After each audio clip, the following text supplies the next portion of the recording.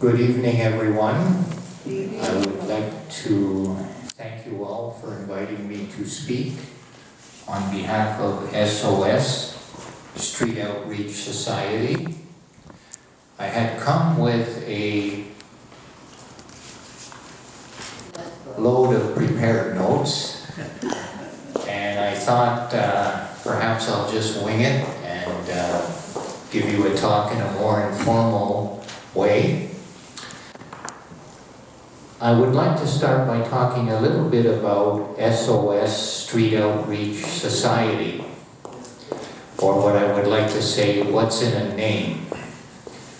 We were formerly known as Good Neighbors Ottawa, and everyone you see here in a blue vest has been part of our team or is part of our team. We started a year and a half ago as a response to the lack of attention given to one of Ottawa's greatest problems, chronic street homelessness, and the dear souls that are afflicted with such living on our streets. Every Tuesday night, we meet on the market downtown, and we bring with us a great amount of food, clothing, and empathy for the folks condemned to live on our streets. In addition to nourishing and clothing them, we bring a lot of hope. Folks that live on the streets often tell us the same story. They feel ostracized by society. They feel their self-worth has been greatly diminished. They feel that they are being looked down upon at all times. And most importantly, they feel there is no hope in living. Here we are a Catholic society. We are privileged to have good clothing. We are privileged to have a warm home to go to each night. Having a place to call home is the biggest desire of our homeless population. Without a key to lock, without a place to feel safe and secure, always facing violence on the street, always having their goods stolen, and always feeling as though they are worthless, can be rectified by first providing a home, and secondly, to provide the supportive care that each individual needs. Our organization was started as an answer to always hearing, there's nothing you can do about street homelessness. After decades and decades and billions of dollars spent by our three levels of government, the problem remains here. The crisis on our streets grows exponentially each and every year. It's estimated that the city of Ottawa has 3,000 street homeless folks. The politically correct term for chronic street homeless people is most vulnerable population. I like to call our street neighbors MVPs. So you'll hear me refer to street people as MVPs. In incorporating in November, the name Good Neighbors was taken up by too many organizations, so we were tasked with coming up a new name. And SOS Street Outreach Society was the result of that. So SOS denotes a crisis, a call for help, a mayday. It also stands for Street Outreach Society. Street outreach speaks for itself because that is what we do. And society can be looked at in many different ways when it comes to street homelessness. If you look at it as the we versus they viewpoint, we are a society, they are a society. There's many different types of societies in our society. I look at society as one word, humankind. We're all in it, we're all members, and it's important to have care and compassion for every human being. The chronic street homeless are a very special society. They're a very special group of people. And folks always wonder, why is this problem still there? Why hasn't it been solved?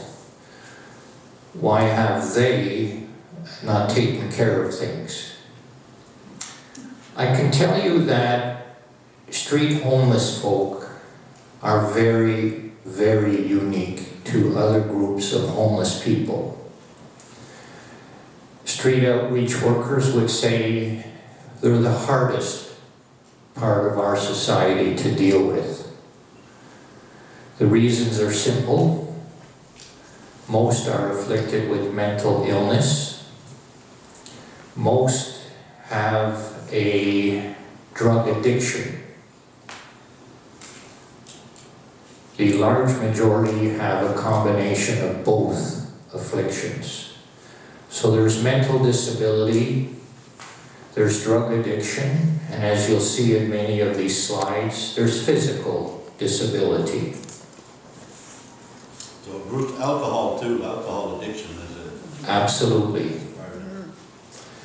Many of the SOS Street Outreach Society workers have lived experience or have had very close relationships with family members and friends who have lived on the street. Many who have perished on the street. I often say in giving these talks that the folks that live on the street come from all over the city. They come from good families, they come from not so good families, rich, middle class, poverty. I'm sure every one of you knows of a person or of a family that's had a member that for one reason or another falls away from that family. If drug addiction is part of the picture or alcoholism, usually that member of a family will get so difficult to deal with it becomes intolerable. A drug addict will do anything to get their next fix. They will steal, they will lie, they will cheat, they will take your valuables from your home, and eventually a lot of people just say, okay, enough is enough, you've run out of chances, I don't want anything more to do with you, you're out. These are the people we meet every Tuesday night. I wish we could go out every single night, day, and our mission is not only to provide immediate care and needs to the homeless population, but to actually abolish chronic street homelessness, to end it. That is a very simple thing to say. It's a very, very difficult achievement to put into place. But by golly, that's what we're all about. We are folks that simply don't take, there's nothing we can do for an answer. And what I felt the strongest asset that our society or our group has is we're not constrained by any political ideologies. We are not held back by any faction of our society or any established group. We are all completely volunteers. So thus we are free to act on our own, and we can prove the truth and the wisdom that there is something that can be done.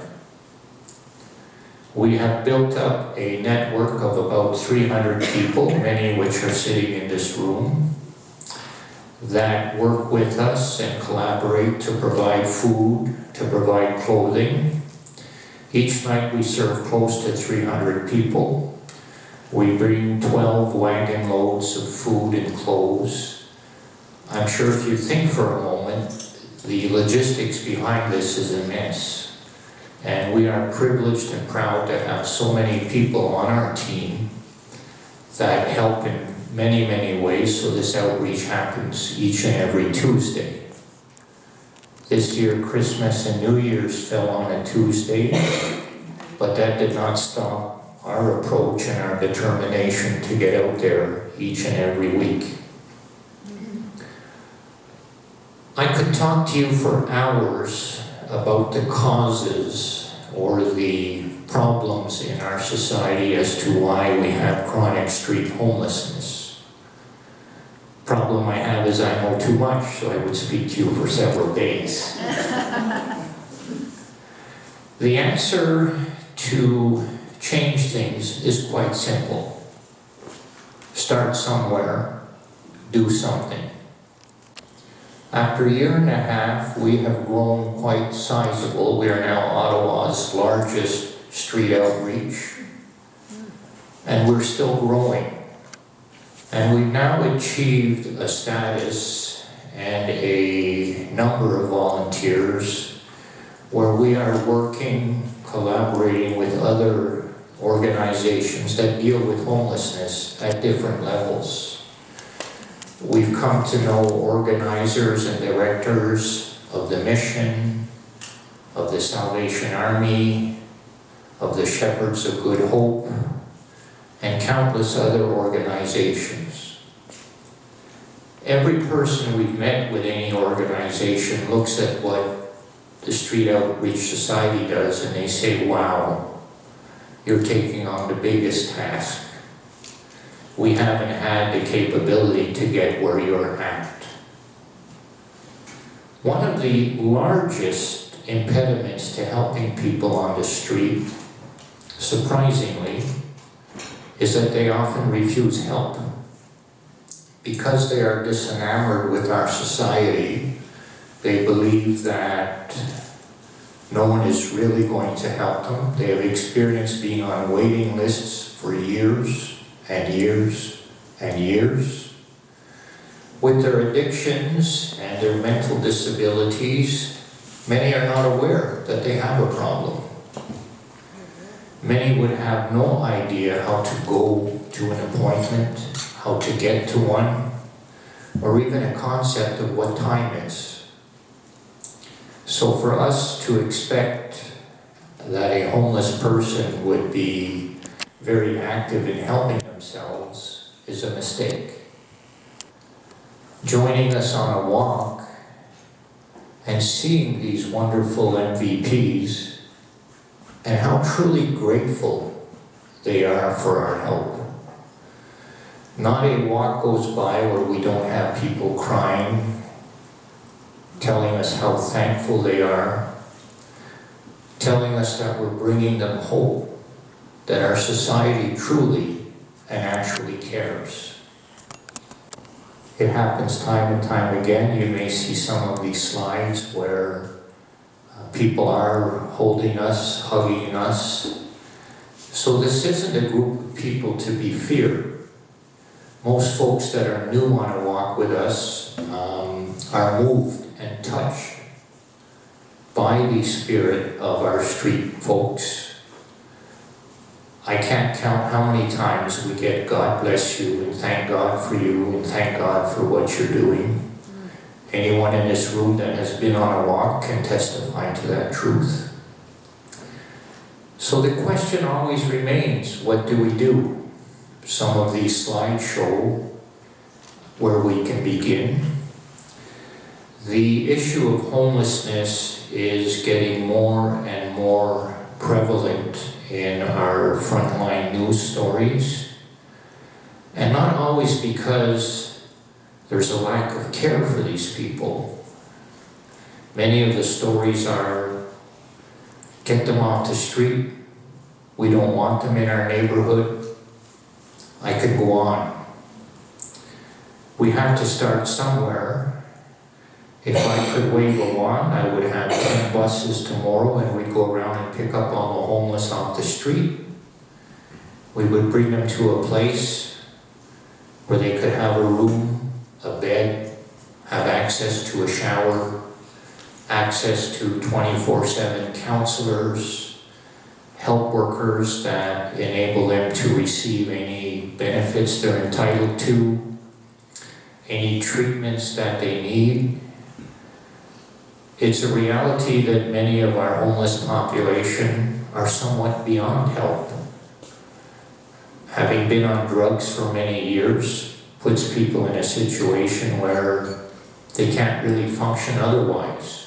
They need to be given a controlled dosage, put in places where they are safe, where they cannot do harm to themselves, and where they cannot do harm to others. Leaving folks with these afflictions on the street, on our sidewalks, dare I say, like human trash, is not something that's Christian. So it's especially heartwarming to talk at the CWL, within this parish, with the Knights of Columbus, with people that understand the words of Jesus himself, what you do for the least of my brethren and sisters, you do unto me. We all have a calling and a duty to help those that are less fortunate than us. It has been the theme of the last many sermons given here at Annunciation of the Lord. It is a theme that has been taken up this year by the Archdiocese. Yet, as an entity on its own, the Catholic Church has been recognized and recognizes within themselves that we simply don't do enough to alleviate chronic street homelessness. And I would posit because this population is very difficult to deal with. It requires people that know how to interact, how to connect, and how to slowly unwrap such persons with the care that they need. You can't herd these folks into one building and say, okay, everybody do this, everybody do that. Individualized care is required, yet we lack the thousands of social workers that are needed to do this. Our government tries to provide housing. I would certainly say not at a rate that's anywhere close to helping. But the big cog in the wheel that's missing is having the support workers. So there's an industry yet to be born, and it's part of why I'm presenting to you here today. I believe each of these pictures speaks 1,000 words. It describes what we're doing. It takes you on a journey with us. If you've never been on the street after watching these slides, I can tell you, you've been on a walk. Something we don't publicize so much is resuscitations. From time to time, we encounter a person that has had an overdose. Thankfully, we're able to bring most of them back by the use of naloxone. It's a very simple procedure, and yes, we have saved many lives using this product. I've had 1 or 2 people that we brought back look at me and say, why did you do that? I wanted to die. You're just going to find me here next week in the same position. The most powerful thing that SOS has is the trust and the faith of the 300 street persons that we serve.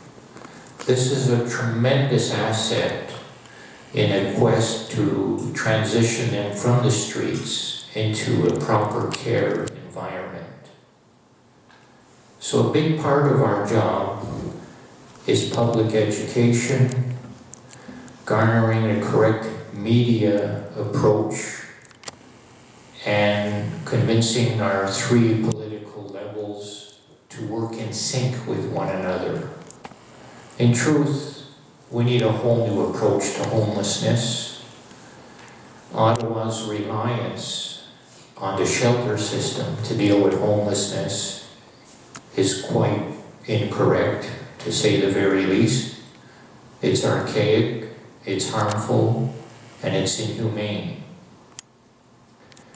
A city needs to look at housing and homelessness and poverty and make it a core issue of a city, the same as it does for providing roads, streets, parks, sewers, garbage collection.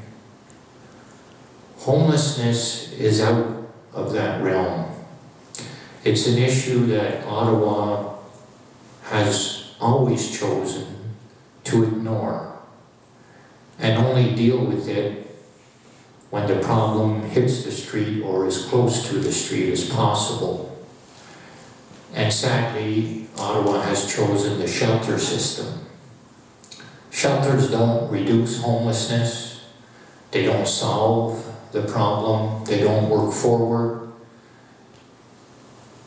A stay in a shelter is mandated to be 4 days, such that a person entering a shelter can be assessed for what type of unique care they need, and then receive that care by being moved into other facilities that can provide it.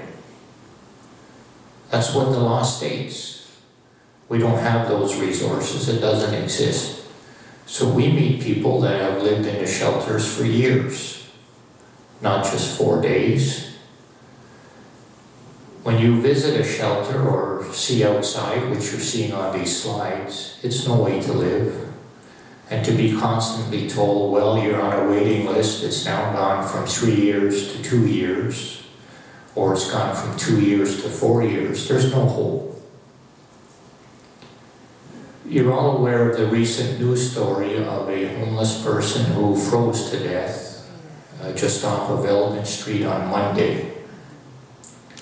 Our team was out the next night on the Tuesday in the freezing cold with wind chills up to -25 depending which corner you were standing on. We're resolute in our approach, and I was asked by a reporter, what do people feel like when they're freezing? His question struck me for a moment because I've been there. I know exactly what it's like. You have to try to put your mind on hold and step outside. You have to numb your mind from thinking because you don't want to think. The shivering is intense. It takes over your complete body. Sleep is near impossible. And when you're a homeless person under a blanket, if you're lucky enough to have one, the only thing you could think of is either ceasing to exist or why you're stuck in the predicament and why there's no hope to get out. So what I'm asking you all here tonight, the reason for this presentation, is to ask you to make SOS Street Outreach Society a ministry of the Catholic Women's League. There is so much need. There is financial needs, there are needs of various donations, and your organization is well positioned to help us continue doing what we're doing, to help us build the dialogue with our political structures, with our other establishments, to actually end street homelessness. I'm a mechanic. I like to fix things. This problem can be fixed But I know that the methodologies we've been using have no chance of succeeding. It takes a ground-up approach, and we are providing that leadership. The bigger we grow, the more clout we have, the more ears we can turn our way, and we can actually change this. There's a laureate that we know, Margaret Mead. Her words have always had strength to me. And one of her quotes is, never underestimate the power of a committed group of people to change their society. In fact, it's the only thing that ever has. So that's why I'm here tonight, to see if you will join us and make us a specific recipient of the power that you have, of some financing, of different contributions, because I believe the work we're doing to be amongst the most important things in the world. And what we do in Ottawa will translate across the nation. You'll see a maple leaf in our logo. We know that what could be achieved here in Ottawa, Canada's capital, can be easily transposed throughout the country and make Canada recognized as a leader in ending street homelessness.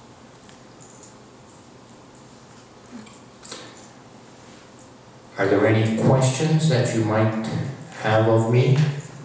I know I can go on, but I think I've given you the gist of why we're here and what we're doing. I was very, yes ma'am? Where do you get the food from?